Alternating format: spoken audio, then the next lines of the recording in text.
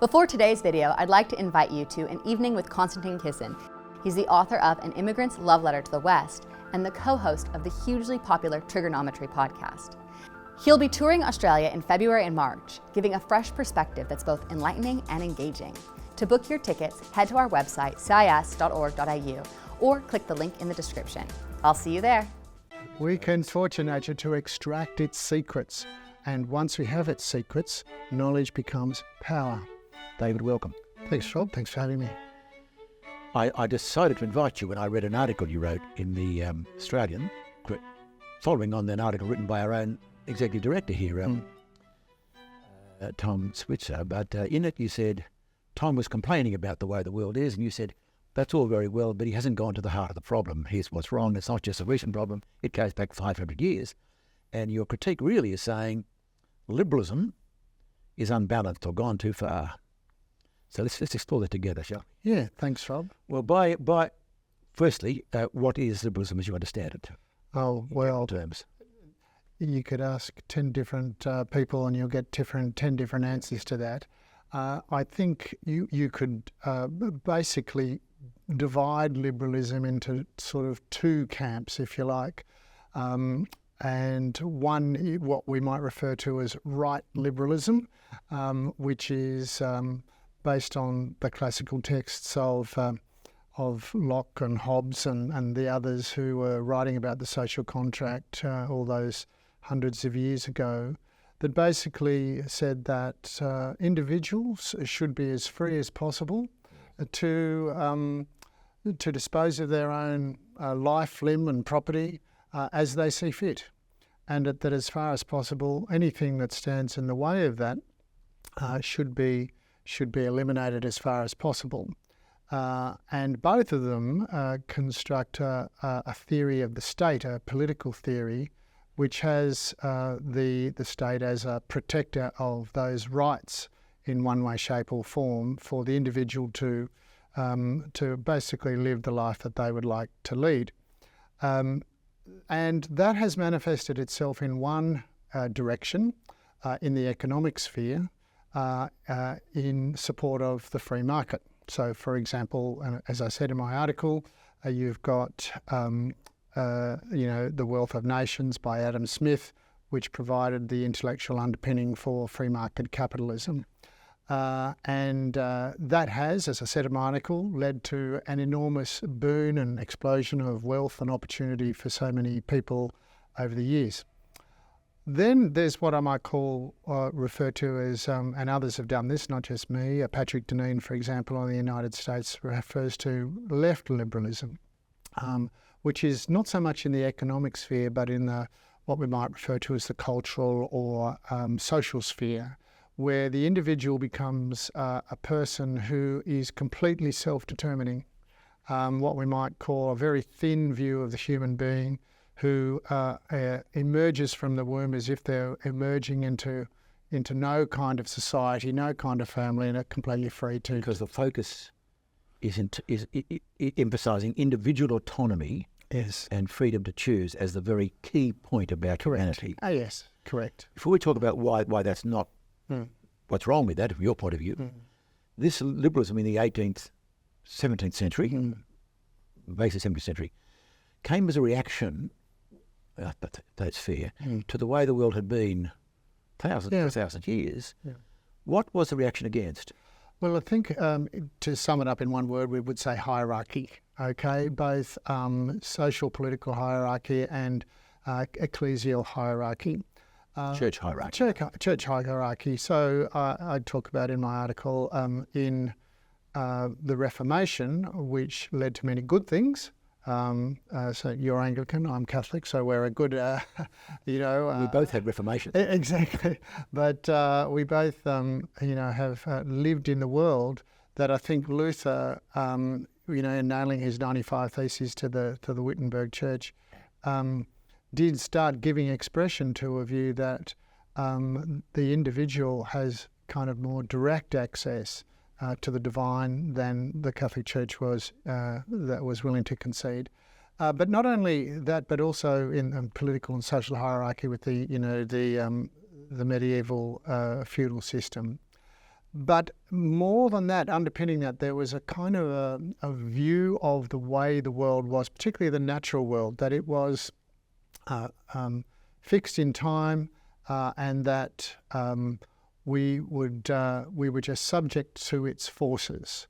So nature had a hierarchy over nature, yeah, exactly. So nature was constraining us in other ways as well. So not just human forces, but and divine forces, but natural forces were constraining us, and we had to find a way of living within those constraints, constructing a personal and a social, cultural life within those constraints. One of the big changes, apart from Luther, was that another change that I mentioned in my article, which was the scientific revolution, when, the charge led by Francis Bacon was saying, no, we don't have to accept the limitations of nature. We can torture nature. Is that a word he used? Absolutely. We can torture nature to extract its secrets. And once we have its secrets, knowledge becomes power.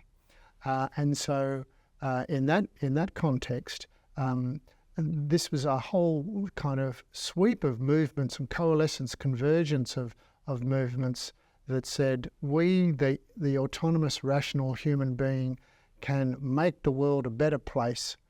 We don't need, these hierarchies to control us. Well, has it done pretty good? It's done a world of good, if I can put it that way, as I said in my... just look at the remarkable growth of human prosperity, of safety, of knowledge. Yeah. It's been an astounding growth. Yes, yeah, no, exactly, and we shouldn't lose sight of that. But I guess the point of my article was saying, well, in that process, has it all been, unidirectional in terms of inevitable progress in all aspects of society? And I think, the article that Tom was pointing to, and that many people, would, I think, agree with, that there has been a kind of a decline in social trust in particular. And we might come back to Fukuyama that you mentioned as we were talking before the recording started, because I'm going to raise him. Yeah, the first book of his that I read was the book called Trust, and it was about the importance of social relationships, social bonds, for creating an environment in which wealth can be created through, let me go to the critique first. Yep. Your main critique, therefore, is you've said how wonderful this is, and yet what's wrong with it is, yes, in a phrase, the bonds of society have been loosened to the point where individuals now have lost their capacity to understand the world within a social context, and it's leading to a crisis of meaninglessness. Meaninglessness and social cohesion. Yep. And you say this is because the emphasis upon freedom, and in fact, I think you say that the freedoms, there's an issue about what actually is freedom. I think that's a stake in your critique. Correct.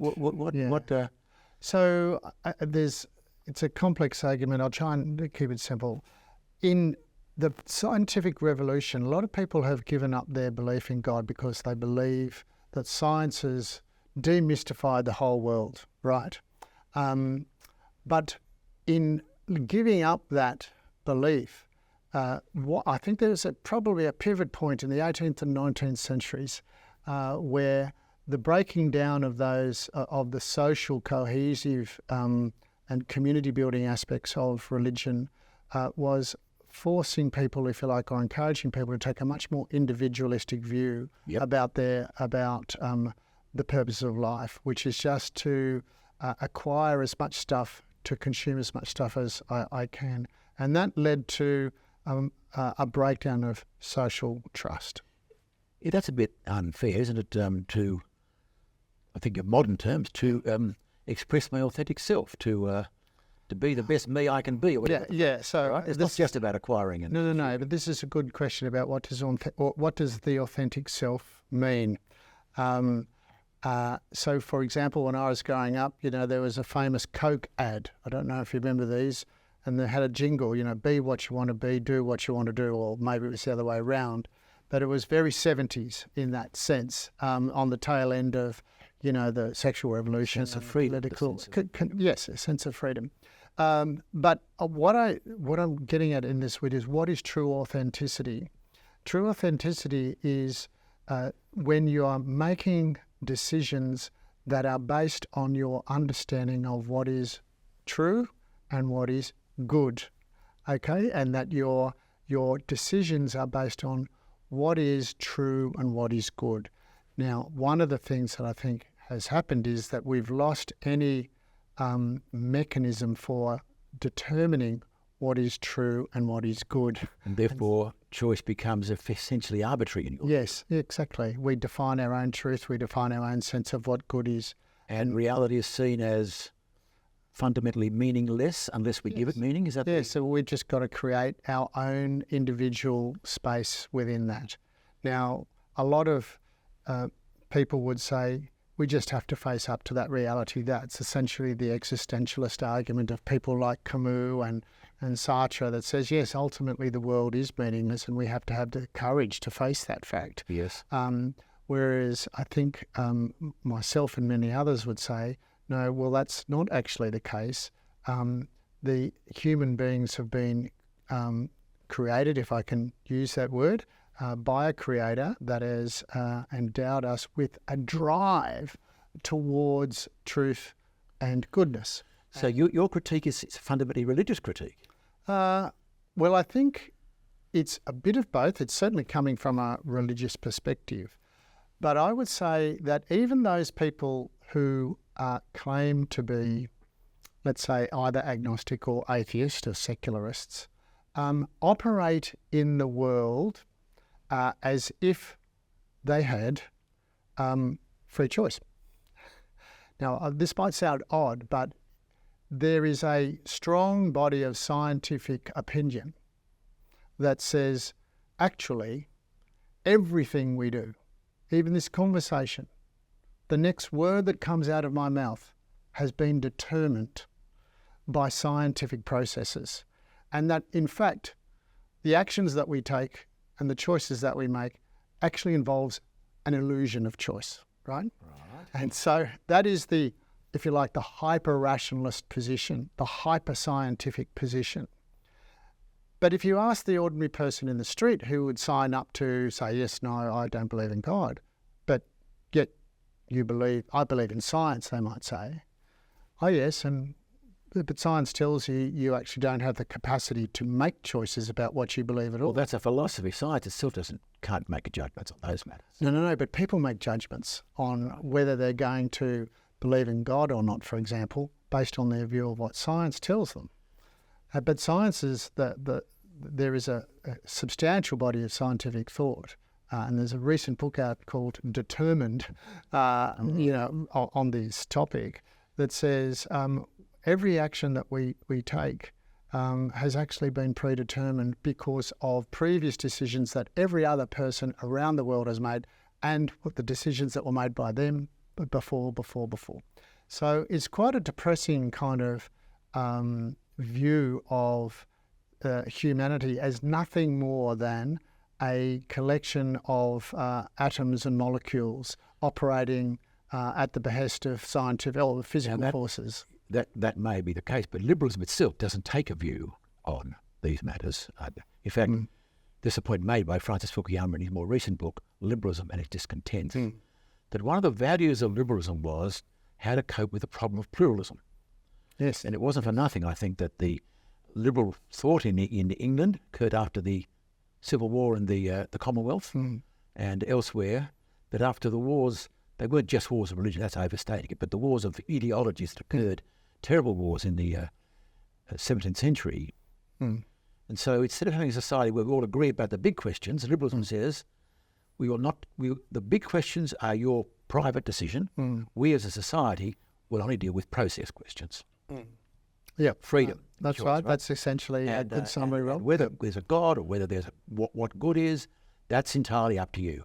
Now, isn't that an answer to the problem of violence, political violence and pluralism? Yeah, except when you come to the view that it's actually, my view is that I can't tolerate your view anymore. And where does we stand on that? So liberalism would say, no, well, you can't exercise your intolerance of another person's view.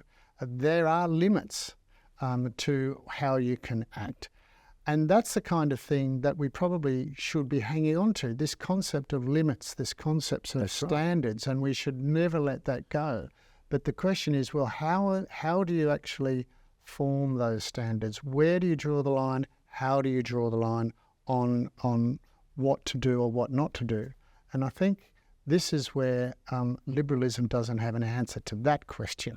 No, in fact, we understand this. Liberalism deliberately, at least in its classic form, I'll come back to what's gone wrong more recently shortly, in its classic form, brackets the big questions, the theological, the philosophical questions, and just goes on process, which means that it must be by definition an incomplete view of life, unless you want to say the big question is individualism is the only most important thing. If you make human choice the most important thing about life, you are going to have all the problems you've talked about: meaninglessness, arbitrary decisions, freedom. Do I like? But since whatever I do doesn't really matter, it's not real freedom. So therefore, there's a paradox here. For liberalism to work, there needs to be something thicker than just mere belief in choice. And yet, how do we get that without some sense of compulsion? I mean, because we're living in a pluralist society. That's right, and I think there. What's the answer? Well, I think David, this is where I think we have to try, and in my article talked about trying to re-engage the conversation between faith and reason, because this is where I think we can rediscover this thicker version of what a human being is, and therefore what freedom is. The human being is not just a collection of atoms and molecules operating, at the force of nature. We are born into communities. We are formed by those communities, not determined by them, formed by them, and as we grow older, we become able to critique those communities and perhaps create new ones. I think we are at a hinge point at the moment where almost we've gone too far down the slippery slope, in a sense, to be able to recover that sense of the human being actually should be exercising their freedom within the context of community. And also, you're right, in the context of what is true and what is good. True freedom, you say, is freedom to act in line with what is good, not just simply pure choice. Correct. Yeah. Which sounds good. And is our society? How much we have to have in common to make that work? You talk about religion, and I'm for it actually. I'm for it, but I don't see much hope in a Western society of reaching deep consensus on these profound issues. Does that mean, in a sense, liberalism's problems are inevitable then? Well, a shallow understanding of human beings. Yeah, shallow. Yes, but I wouldn't want to go so far as some critics of liberalism have gone to say to give up, for example, on the democratic project, and want some kind of return to, aristocratic hierarchies. Yes, I notice in some of the critiques, particularly coming from Roman Catholic scholars, what's called integralism, an effort that we should go back to the world in which the state determines what is the good and acts in that way, which strikes me with horror, because it'll mean persecution. Yeah, undoubtedly, because every state's determined to tell its people what's good, what the good is, rather. And that's not got much traction here in Australia. I know in America there's been a conversation about almost returning to a medieval view of church and state. Yes. Well, no. I think that's seriously a problem. I think my aspiration would be, and I think this is the aspiration, is that we can create a conversation, a public conversation, create a cultural, social milieu in which people are actually able to exercise their democratic freedom responsibly. Now, what's depressing about so many of the public debates around in democracy at the moment, we get to vote every 3 years, for example. That's the premier way we exercise our democratic right. But let's take, for example, the current debates around tax reform. Now, I'm not going to give a view on that, but what I find depressing about the debates is it's all done, the headlines on all the papers is who's winning and who's losing at the individual level, right? Nobody's actually asking the question that says, well, are these changes better for society as a whole? For the community, For the community as a whole. And you can debate that either way, right? But the whole notion that our political leaders just have to be sensitive to voters whose only interest is in their hip pocket is a bit depressing. Notwithstanding that there is a, cost of being crisis. Unrealistic. Well, this is where I don't think it is unrealistic to be able to say, can we create a milieu in which people do start to think more about what's good for the community. And that means having to have a discussion about, well, what does the word good mean? More broadly than my self-interest. Well, let me raise a phenomenon of classical liberal societies that really is intolerant and a lot of interest in good. I think you say that the Western world, in many ways, is freedom has been eclipsed by great concerns about inequality and discrimination and a reaction to the fact that liberalism was often associated with colonialism. The liberals, right, the liberal societies. Now, this seems to me does have a sense of, whether right or wrong, a strong sense of what the good is, what truth is. Yes. And therefore, in one sense, is illiberal in a way which might not be good or bad, but there it is. Yeah. Now, what do you make of that? It's a very good point, Rob, because what we're seeing in a lot of these movements, whether it's Me Too or Black Lives Matter or Occupy Wall Street, they are all underpinned by an inherent sense of what's right and what's good, okay? Now, but a lot of the people involved in those movements would say, if you ask them, well, where do you get that moral sense from? How is it that you arrive at these judgments? And so it's clearly unfair. Well, unfair according to what? Yes. And this is a problem that I was trying to allude to before, that it was actually Christianity that actually gave the Middle Ages a sense of what was right and wrong. Yes. And as the scientific revolution stripped away credibility from the church, as a lot of other things have done in recent decades, stripped credibility away from the church, what was happening at the same time was that the idea that there was some objective notion of truth and goodness was also beginning to wither away. And so people are left with this inherent drive to do good and to, and for justice.